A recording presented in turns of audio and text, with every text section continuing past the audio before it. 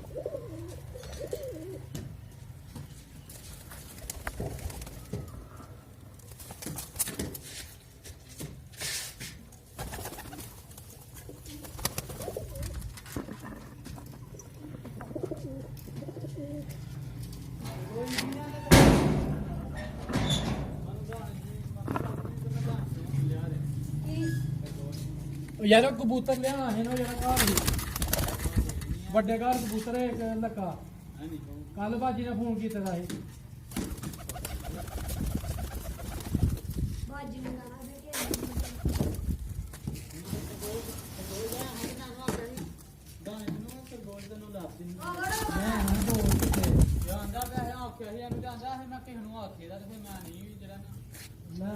किने बोलना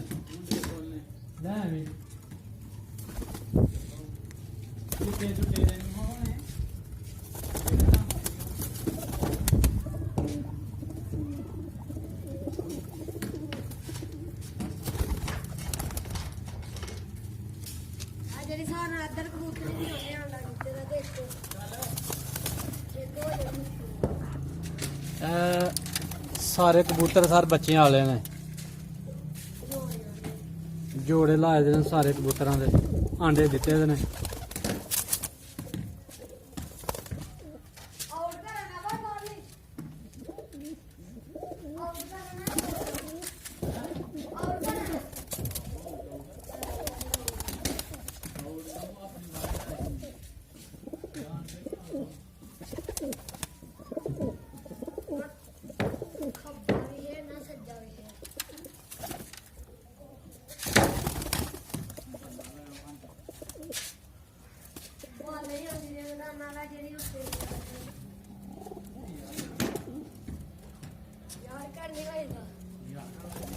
साड़ा शौक है जी।